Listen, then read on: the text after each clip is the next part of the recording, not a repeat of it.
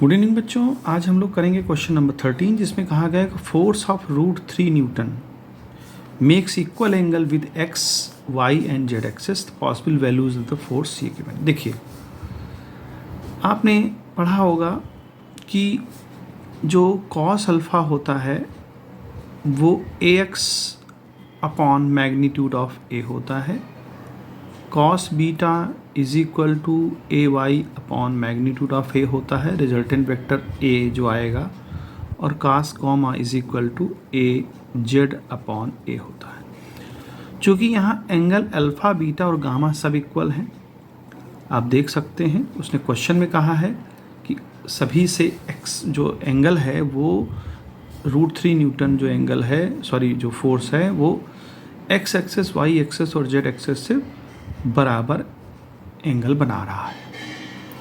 यानी ये जो गामा है ax आपका अल्फ़ा और ये आपका गामा और ये आपका बीटा, ये सब आपस में इक्वल है। तो जब इक्वल होंगे तो अगर आप कॉस अल्फ़ा को कॉस बीटा के इक्वल करें तो आपको मिलेगा ax upon a is equal to A Y upon A से कैंसिल हो जाएगा, यानी ax की वैल्यू ए वाई के इक्वल हो जाएगी।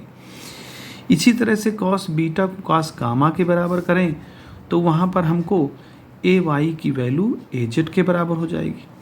कहने का अर्थ यह है कि ए एक्स ए वाई और ए जेड तीनों आपस में इक्वल होंगे कंपोनेंट के फॉर्म में।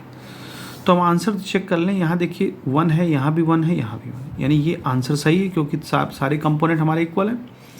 दूसरा है -1 +1 और +1, ये नहीं सही है क्योंकि यहाँ अनइक्वल हो गए कंपोनेंट्स, जो कि हमारे फार्मूले में देखिए हमारे जो उसमें निकल रहा है वो सब इक्वल निकल रहा है।